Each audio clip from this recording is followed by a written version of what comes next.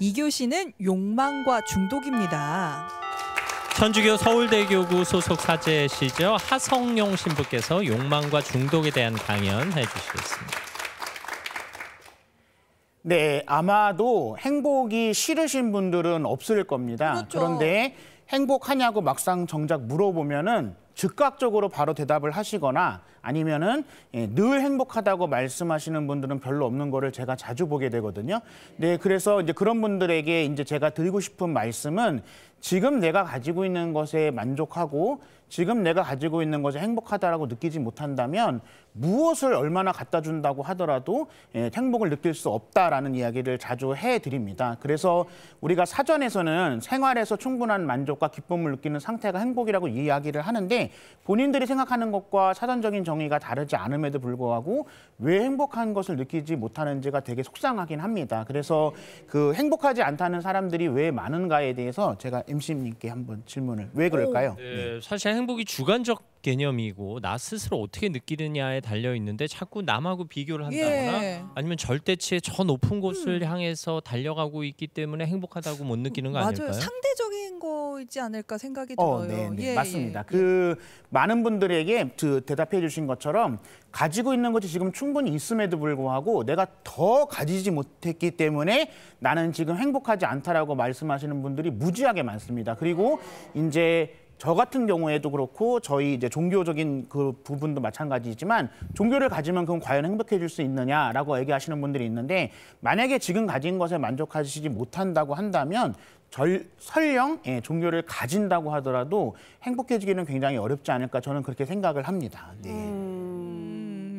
그렇군요. 네. 그래서 이제 우리가 살아가는 데 있어서 행복감을 느끼기 위해서 여러 가지 필요한 것들이 있는데 그 여러 가지 필요한 것들 중에 하나가 뭐냐면은 지금 가지고 있는 것에 충분히 감사하다는 마음을 가지셔야 된다. 그것이 무엇보다 중요하고 행복하다. 여기 나와 있는 것처럼. 그래서 감사하고 만족하는 감정을 조금 가지실 필요가 있지 않나라고 생각을 합니다. 그래서 사람들이 지금 행복하지 못하다고 느끼면 이제 어떤 감정이 생기게 되냐면 무언가를 더 가져야 되겠다는 욕망 그리고 이제 그 욕망이 이제 지나치게 되면 이제 중독에 빠지게 되거든요. 그래서 이제 사람들이 무언가를 욕망하고 중독에 빠지는 것에 대한 이야기를 제가 다룰 건데 먼저 다루기 전에 이제 김민희님께 나는 무언가를 욕망해 본 적이 있는가 한번 여쭤보고 갖고 싶습니다. 싶어서 아니 이 강연은 저 때문에 지금 하시는 것 같이 네. 저는 행복감을 못 느껴요.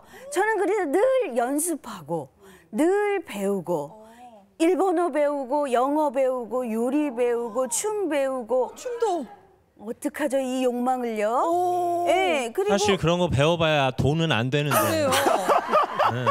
그러니까요. 지금 배움의 생각해 보니까 약간 좀 그런 욕망이 심한 것 같아요. 게다가 또 돈을 벌어야겠다라는 욕망도 좀 있는데 신부님이라고 돈에 대한 욕망이 없나요? 전 그것도 궁금하거든요. 아니 말씀하신 대로 뭐 네. 하고 싶고 뭐가 되고 싶은 건 일종의 욕구고 맞아요. 또 이제 나의 부족한 건 내가 갖지 못한 걸 채우고 싶은 건 일종의 욕망인데 욕구도 욕망도 기본적으로 나쁜 감정, 나쁜 욕심 이것도 다르네요. 다른 것 같아요. 이게 뭐 어떻게 나쁘다고 봐야 돼요? 네, 그래서 저희 천주교에서는 어쨌든 욕망, 그다음에 욕심, 욕구 자체가 나쁘다고 이야기하진 않습니다. 왜냐하면 욕망이나 욕구나 욕심이 없으면 사람은 발전할 수 없거든요. 네. 사람을 발전하게 하는 원동력이 되기 때문에 적절한 욕망이나 욕구나 욕심은 좋은데 이제 문제는 그게 너무 이제 과하면 이제 그게 문제가 된다라고 이야기를 하죠. 그래서 욕망에 대해서 제가 어떻게 말씀을 드릴까 고민을 하다가 어떤 제 어린 시절의 이야기를 함께 나누고자 하는데 저는 이제 어렸을 때에 저에게는 어떤 큰 산 아니면 뭐 짐 또는 이제 십자가와 같은 분이 있었는데 그게 누구냐면 이제 저희 아버지십니다. 그래서 저희 아버지는 이제 한마디로 말씀드리면 무지하게 불친절하신 분입니다. 그래서 설명을 하거나 양해를 구하거나 동의를 구하는 스타일이 아니시고 그냥 본인이 하고 싶으신 것을 무조건 하라고 이야기를 하고요. 그거를 왜 해야 되는가 그리고 그걸 어떻게 해야 되는가를 물으면 오히려 설명해 주기보다는 화를 내시고 그다음에 이제 심한 경우에는 이제 체벌을 하시는 분이었습니다. 그래서 제가 어릴 때 가졌던 욕망은 뭐냐면 아버지를 뛰어넘는 사람이 되어야 되겠다. 그래서 아버지를 뛰어넘는 사람이 돼서 나한테 안 좋은 소리를 못하는 사람이 되어야 되겠다라는 게 저의 유일한 목표였습니다. 그러니까 네. 욕망 욕구가 신부님을 성장하게 만드는 네. 사실 이제 어린 시절에 느끼셨던 아버님을 그대로 묘사하셨지만 조금 바꿔 말하면 엄격하고 자기 주장이 강하고 네. 뭔가 가르치려 하고 훈계하려 하고 분노 조절 장애도 좀 있으시고 그렇죠. 네. 뭐 사실 많은 아버지들이 그런 삶을 살던 많이 시절이죠. 그러시죠. 네네. 그 보편적인 아버지들의 모습이기도 했지만 어쨌든 저희 아버지는 조금 더 이제 과한 부분이 좀 있었습니다. 그래서 아버지를 이겨야 되겠다, 아버지를 넘어서야 되겠다라는 욕망이 늘 저에게 내가 잘 돼서 아버지가 아무 말 못하게 해야 그렇죠. 되겠다. 예. 나에게 간섭하지 못하게 해야 되겠다라는 게 있었는데 근데 놀랍게도 제가 이 욕망이 계속 사라져피면 사라져필수록 아버지의 안 좋은 모습을 넘어서야 되는 생각을 했는데 아버지랑 점점 닮아가는 게 네. 사람이 다 그래요. 네. 예. 안 닮고 싶은 거 꼭 닮고. 네. 예. 그래서 이제 제가 그전에는 제 기준에 맞춰서 제 기준과 다른 사람 그리고 제가 생각할 때 올바른 일을 하지 않는 사람들에 대해서 불평불만이 엄청나게 많았습니다. 그래서 아버지의 그런 모습이 싫었는데 정작 아버지랑 똑같은 모습이 있었고요. 그리고 이제 무엇보다도 제가 이제 아버지한테는 많은 사랑을 받지 못했기 때문에 사람들한테 사랑받는 사람이 돼야 되겠다. 그리고 사람들한테 지적질 받는 사람이 되지 않아야 되겠다라는 마음으로 오히려 저를 더 옥죄는 사람. 그러니까 나를 늘 모범적이어야 되고 손가락질 받아야 되지 않아야 되고 맞아. 올바라야 된다라는 그런 마음이 늘 저에게 있었습니다. 그래서 한마디로 말씀드리면 한치의 흐트러짐이 없는 사람이 되어야 되겠다라는 것 때문에 저를 늘 끊임없이 채찍질을 했고 그것 때문에 제가 스트레스를 많이 받았었습니다. 이게 욕구가 긍정적인 방향으로 내 삶을 이끌어갈 수도 있지만 신부님 같은 경우는 약간 그릇된 방향으로 그렇죠. 스트레스. 네. 그래서 아까도 말씀드린 것처럼 욕구, 욕망, 욕심이 동기를 유발하는 건 좋은데 그게 자기 자신을 사로잡아서 자기를 옥죄게 되는 것은 안 좋다라는 걸 이제 제가 개인적으로 체험을 하게 되는 거죠. 그리고 이제 욕망 같은 경우에는 대개의 경우 이제 어떤 생각이 드냐면 저 같은 경우에도 마찬가지였지만 아버지를 이기기 위해서는 나머지는 다 희생해도 상관없다라는 게 제 마음속에 있었거든요. 그래서 이제 젊은 날에 뭐 허송세월은 한 건 아니지만 제 젊은 날을 좀 허비한 측면도 있죠. 왜냐하면 아버지 외에는 다른 것에 대한 욕심이 없었기 때문에. 네네. 그래서 인간의 욕심이나 욕망은 끝이 없지만 내가 지금 가진 것 이상을 탐을 내게 되면 행복할 수는 없다. 그래서 저는 그때 행복하진 않았거든요. 그러니까 상황이나 조건이 행복하진 않은데 저 스스로 그걸 행복하지 않다라고 여겼었고 그렇기 때문에 본인이 스스로 행복하지 않다고 생각하는 사람을 좋아해 주는 사람은 없습니다. 근데 저 같은 경우에도 남들이 나를 좋아해 주지 않아도 내가 지적질 받는 사람만 아니라면 나는 상관없다라는 생각을 많이 하긴 했었었죠. 네. 그럼 과거에 신부님이 그런 욕망 그런 거에 대해서 사로잡혔잖아요. 근데 이제는 그래도 많이 극복을 하신 거실 텐데 그러면 신부님 자체는 사실 사람이 끝없는 욕망이 올 수밖에 없는데 어떻게 조절을 하세요 지금은? 신부님인데 잘하시겠지. 네, 지금도 하고 있는데요. 제가 그전에는 가지지 못했는데 지금 가지게 된 생각은 뭐냐면 나에게 지금 주어진 것은 내게 아니다. 그냥 나는 잠시 가지고 있는 것일 뿐인 거고 그리고 전적으로 나를 위해 쓰는 게 아니라 다른 사람을 위해서 쓰라고 많은 분들이 나에게 준 거다. 그래서 그러니까 내게 소유권은 없고 사용권만 그렇죠. 있다.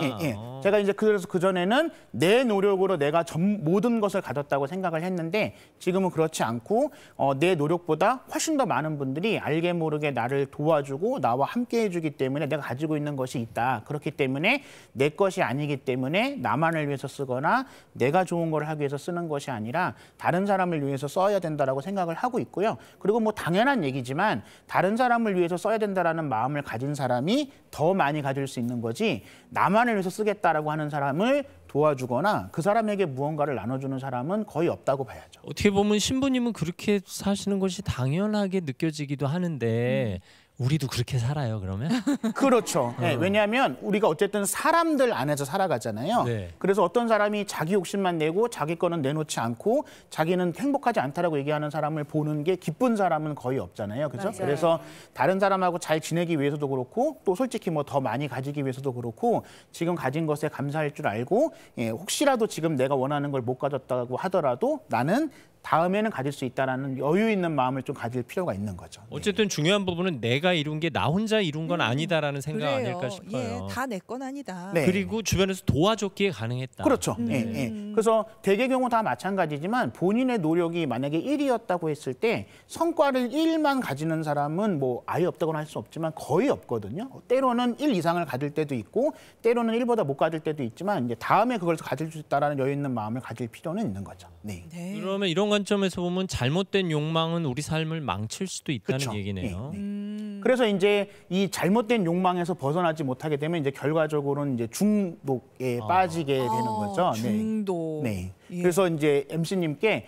그 잘못된 중독의 길이라는 게 과연 어떤 뜻일지를 한번 여쭤보고 싶습니다. 오늘 어려운 질문을 이렇게 우리한테 많이 하세요. 저희한테 오늘 어려운 것들. 중독 뭐 저는 게임이나 뭐 당연히 도박, 술 이런 건 안 좋아하는데 제가 조심해야 할 건 일 중독이 아닐까 싶긴 하거든요. 맞아요. 네, 이게 적정한 기준을 넘어서면 그게 아무리 좋은 거라고 하더라도 중독이라고 표현을 하잖아요. 네. 네. 그래서 이제 대개의 경우 이제 사전적 의미에서 중독은 내가 어떤 것에 완전히 빠져서 정상적인 사회생활이나 정상적인 판단을 못하는 거다라고 이야기를 하는데요. 대개의 경우 중독은 좋아하는 것을 시작하는 것에서 시작이 됩니다. 그래서 싫어하는 걸 하다가 중독되는 경우는 거의 없고요. 대개의 경우는 내가 좋아하는 것을 하다 보니까 중독에 빠지게 되는데 좋아하는 거다 보니까 다른 사람이 뭐라고 하는 게 들리지 않습니다. 네, 그래서 나는 좋다. 내가 잘 되는 거를 사람들이 배합하는 거다라고 생각을 해서 나만 행복하면 된다. 난 행복하다. 나는 행복하다. 난 좋다라고 해서 점점 이제 중독에 빠지게 되고 이게 이제 시간이 지나게 되면 다른 사람의 얘기가 귀에 들어오지 않게 되는 거죠. 혹시 그럼 신부님도 과거에 중독으로 힘드신 적이 있었어요? 네, 저도 이제 한때는 중독에 빠진 적이 있었는데, 네, 그게 아니, 신부님이 어떻게 중독에 빠지실까요? 저는 지금 이해가 안 가는. 어떤 중독이에요? 사제가 되기 전에, 사제가 되기 전에 제가 어떤 중독에 빠졌었냐면 제가 그 메이저리그 야구 경기 보는 걸 엄청 좋아했는데 이제 우리나라랑 시차가 있으니까 새벽에 경기를 하잖아요. 근데 그 아까 말씀드린 불친절한 아버님께서 돈을 안 주셔가지고 제가 이제 새벽에 신문 배달을 했었습니다. 그래서 하루에 4시간 자면서 지금은 이제 아니지만 예전에 금호동이 산동네였거든요. 그래서 이제 금호동 산동네에서 한 500집을 신문 배달을 걸어서 했습니다. 그래서 4시간 자고 신문 배달을 한 2시간 정도를 했었는데요.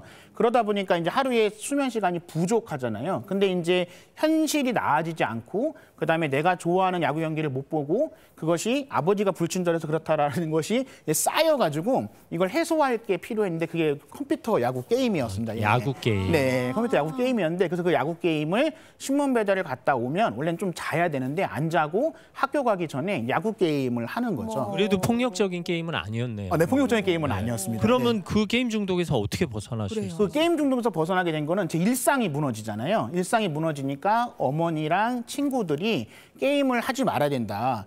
둘 중에 하나를 선택해야 된다라면 근데 그때 제가 그 얘기를 바로 듣고 바로 실행한 것은 아니지만 제가 그 얘기를 들으면서 나의 일상이 무너지는 것에 대한 사람들의 근심 걱정이 맞다. 그래서 내가 좋아하는 거지만 이거는 내가 지금은 할 때가 아니다. 그래서 나중에라도 시간이 나면 하면 되는 거니까 이 시점에서는 하지 말아야 된다라고 저는 놀랍게도 끊게 됐고요.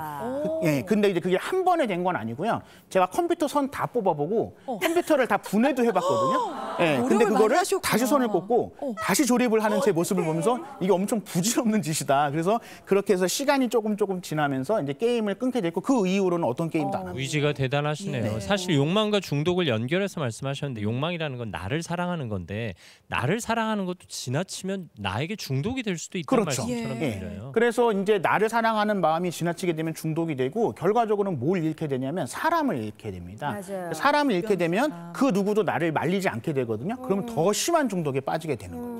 그럼 행복을 위해서는 나를 사랑하는 것도 수위 조절을 해야 된다는 말씀이시죠? 나를 사랑하는 것도 수위를 조절해야 되고 나를 사랑해주는 사람들한테도 수위 조절이 필요한 거죠. 네. 아주 중요한 지점입니다. 그래요. 예. 네.